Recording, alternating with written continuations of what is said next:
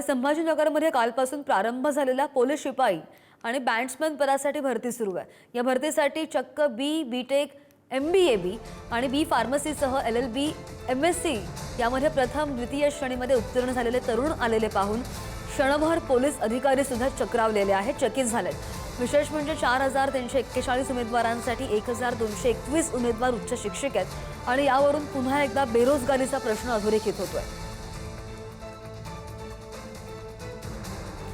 या संदर्भात आणखी जाणून घेणार आमचे प्रतिनिधी सुमित आपल्या सोबत आहेत। सुमित, 28% उमेदवार उच्च शिक्षित आहे असं समोर आलेलं आहे। या पदभरतीचं कामकाज सध्या कसं सुरू आहे आणि पोलिसांकडून काय सध्या प्रतिक्रिया आली या संदर्भात? नक्कीच छत्रपती संभाजीनगरात कालपासून पोलीस भरती प्रक्रिया सुरू आहे। या जवळपास छत्रपती संभाजीनगर शहरासाठी 150 शिपायांची भरती, शिपाई आणि बॅट्समनची भरती, तर ग्रामीण दलासाठी जवळपास 53 पोलिसांची भरती प्रक्रिया पार पडत आहे।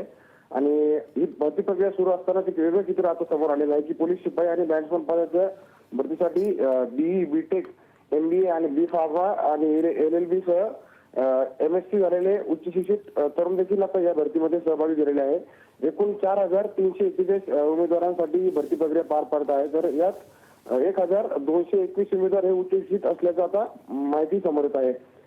जवळपास आता यामुळे आता पोलिसांचे देखील म्हणजे बेरोजगारी किती भयंकर झालेली आहे यावर स्पष्ट होत आहे।